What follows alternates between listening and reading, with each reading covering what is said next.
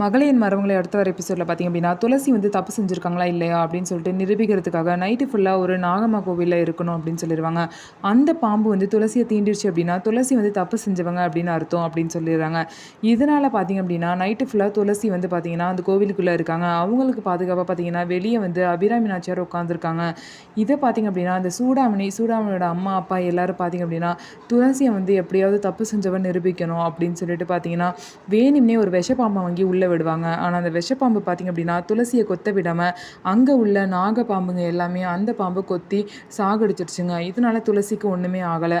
ஆனால் பார்த்திங்க அப்படின்னா சூடாமணி பார்த்திங்கன்னா ஒரு செடியை வந்து கையில் எடுத்துகிட்டு வந்துருப்பாங்க. அந்த செடியை பார்த்திங்க அப்படின்னா நெருப்பை வச்சு எரித்து அந்த புகையை பார்த்திங்கன்னா துளசி சுவாசிக்கிற மாதிரி செஞ்சுருவாங்க.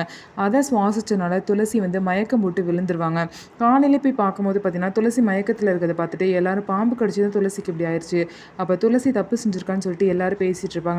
ஆனால் அபிராமி நாச்சியார் பார்த்திங்க அப்படின்னா துளசி அப்படி கிடையாது, துளசி வந்து நெருப்பு மாதிரி அவள் மயக்கத்தில் தான் இருப்பான்னு சொல்லிட்டு தண்ணி தெளித்து பார்த்தா துளசி வந்து எந்திரிச்சிருவாங்க.